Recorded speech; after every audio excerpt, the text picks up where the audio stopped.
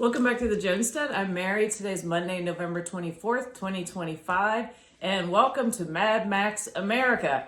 Today, in the New York Post, it was reported, and this was the headline, New York City mob pummels couple, sets vehicle on fire as violent car meetup turns into complete melee. And it's at around 12:30 a.m. this morning. A bunch of out-of-control drivers descended on South Drive and 141st in Malba, Queens, doing donuts and speeding over lawns. And if you look up Malba, Queens, it's a pretty nice residential area. When one of the residents went outside to ask them to stop, they kicked, punched, and stomped him. He was left with a broken nose and broken ribs. His wife was also injured. And another resident had his car smashed and set on fire. They're not sure what started the fire, that they threw something in the car, but destroyed it. I'll put links to this article in the comments below, and you'll see pictures of what the car looks like afterwards. There's not much left of it. Councilwoman Vicky Palladino, sorry, missed a page. Again, they get stuck together sometimes. Posted on X, and if y'all have ever seen her, she doesn't mess around. And she posted on X about this. Where'd she go? There it is. And she said, last night in Melba, a large group of individuals from outside my district conducted an illegal takeover of a quiet residential street. She went on to say, response to this incident was less than ideal.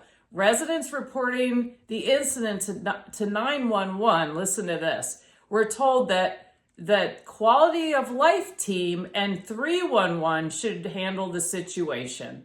Unacceptable. In fact, these violent street takeovers should be met with the maximum force by police. She said, we need police response and most severe consequences for these criminals, not to simply allow them to drive away after they've completed their mayhem. And they've been doing this all over the city.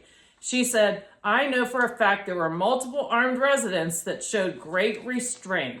And she also said that she will facilitate, if people want to exercise their Second Amendment right, that her office can facilitate getting licenses. My thing is if the people did anything, any kind of standing up for themselves, and particularly with the firearm, they probably would be arrested, because we've seen that happen time and time again.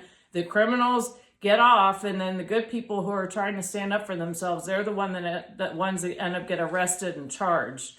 And so I applaud Councilwoman Palladino because she's standing up for the people in her district. She's also meeting with the chief in her district. These are policies that are not effective. And she also added that these incidences I said this before, have happened citywide and there are no consequences. And so these keeps going on, continuing on. They're very destructive. They're obviously very violent, and nobody gets arrested. They have their license plate numbers on video because there seem to be cameras everywhere these days. Something else to keep in mind. These guys these gangs or whatever you want to call them, they're doing this for fun. We're not even in the middle of an economic collapse. They're not hungry. So if they're acting like this and they're just doing this for fun, how do you think they're going to act if they're hungry and they're coming to your neighborhood looking for food or money? Something to definitely keep in mind. And then, kind of on the same note, last week, a man, let me pop the article up here. Oh, where did he go? Sorry about that. I'm looking for the list of...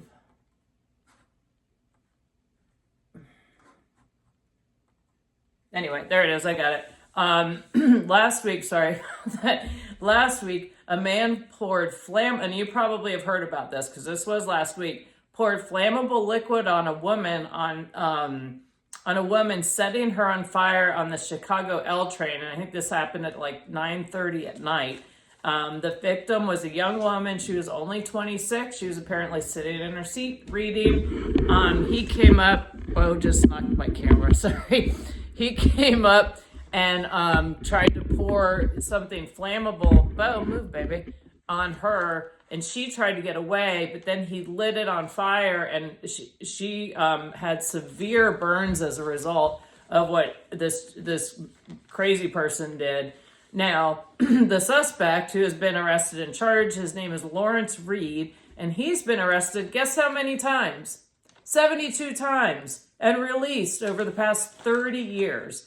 At the time of this, he was out on pretrial release for an aggravated battery assault charge, or battery charge. And he also, and apparently this was not confirmed, he also apparently knocked out a psychiatric nurse when he was being treated at a treatment center at one point. And then, but listen to some of these.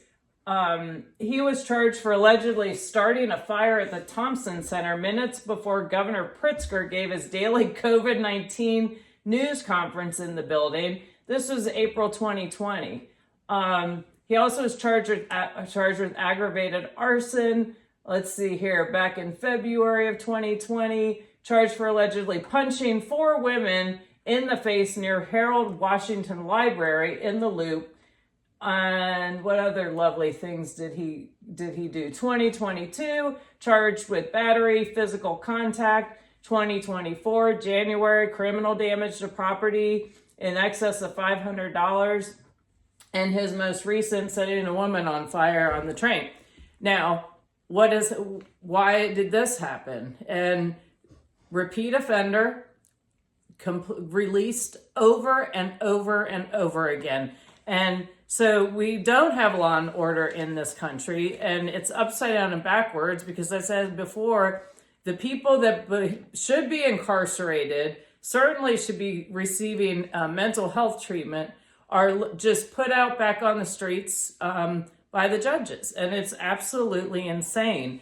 And again, this is going on while things are actually relatively good considering how much worse things could be in the economy. But this is why you have got to make sure you're vigilant and that you're prepared and that you take it really seriously.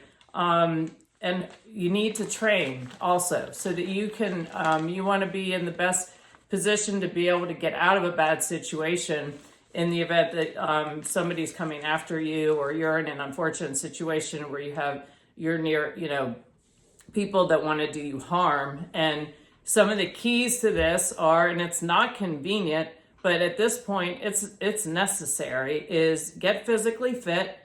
You need to train. I would suggest finding a school or somewhere where you can take self-defense classes, jiu-jitsu, or martial arts. I actually I mentioned before, I take Taekwondo, and I earned my first degree black belt in 2006. And then I stopped going for many years, started going back to the same school about 4 years ago or so to start training again. And in April, earned my second degree black belt in Taekwondo. And so I continue to train because it's good conditioning, but we also do a lot of self-defense training, kicking, elbow strikes, punching, so on and so forth. So I'm not just talking about it, I am doing it. And I'm also out walking my dogs every day. I do other things like chopping wood just to keep physically strong. And then also consider other self-defense tools.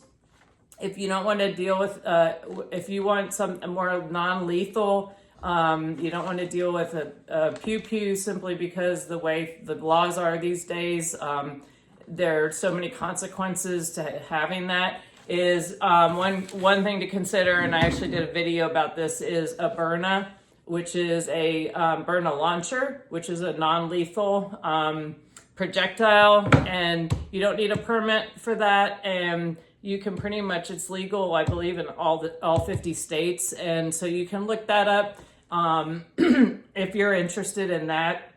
I carry that in my car all the time, and also actually when I walk the dogs, I carry it. Just in the event, more so if I have a run-in with another animal, and it's a non-lethal, but if I end up with a pit bull or something, I want to be able to defend my dog and myself. So something else to consider that you can keep in your car, just maybe don't keep depending on if it's too hot or too cold, and just to have around the house. I picked this up. It's Frontiersman Bear Attack Deterrent, and it's a spray. And I think this sprays, if I remember correctly, like 25 to 30 feet, so you don't have to get too close to the bear. But this stuff, if it's good enough for a bear, I think it could wake somebody up, get them away from you, right? Something else that you probably even have in your car, because it's really important to keep self-defense tools in your cars, even a souvenir bat. This is a tool to break your window in your car, but you can also break somebody's head with this. That'd be really painful, but it's in your car. You can tuck it next to your seat. And it's good to have right handy anyway in the event that you need it if you end up in a flood situation. And then just something simple is just this little knife that you can just fold up and keep in your pocket. And it's, nobody's going to know you have it. And you can keep it in your pocket or in your purse or wherever. Trying to think if there's anything else. And I know if you guys have other suggestions, I always pick up so many great suggestions from watching other videos and comments and below. So please add those in the comment section. But again, it is so important. We can't just be naive and just walk around thinking everything's fine and we live in America and nothing bad can ever happen. It happens when people least expect it. And so you have got to be vigilant again, and you've got to take it very seriously. And yes, it takes some time, but it's so worth it to have a level of confidence knowing that if you're in a situation where somebody's coming at you or trying to throw something on you, that you know how to handle it the best you can. And the odds are more in your favor the more training you have. So I think Jeremiah Babe, he says, and I'll probably botch it, but he says, people will always fall back 100% on the training they have. So if you have no training, what do you fall back on? Nothing. But if you have a good solid base of training and you're conditioning and you're practicing and to become more proficient at it, you have a much better response. Your response is going to be a much stronger one, obviously, than somebody that has zero experience and zero training. So anyway, be vigilant out there. Pay attention. Maybe look into some martial arts programs in your area. And remember, everyone starts with the same belt. So no matter how old you are. So don't worry about thinking, well, what are people going to think? Don't worry about it. I think people think it's great. I'm always excited when we have new students coming into the classes. So no matter how old they are. So anyway, I hope you guys found this helpful. Thank you for watching. Please like and share and subscribe. And I look forward to talking to you all again soon. Have a great day.